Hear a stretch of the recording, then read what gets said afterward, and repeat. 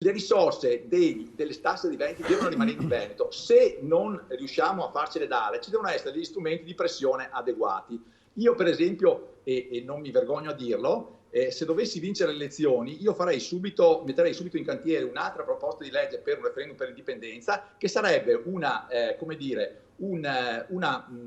condizione che attuerei nel momento in cui in tempi certi non arrivassero risposte sicure sull'autonomia fiscale. Cioè il tema che dobbiamo trattare è le tasse che vengono gestite in Veneto e che servono per finanziare i servizi e le competenze che abbiamo in Veneto. Quindi, e lo terrei lì, dando tempo sufficiente allo Stato, perché non possiamo farci prendere in giro come ci sta prendendo in giro adesso. Adesso quasi il 22 ottobre saranno 3 anni che abbiamo votato. Ha votato il 98% delle persone che ha votato sì, cioè c'è una manifestazione chiara che tutti vogliono autonomia. Sono 3 anni che ci prendono in giro, ma non è inaccettabile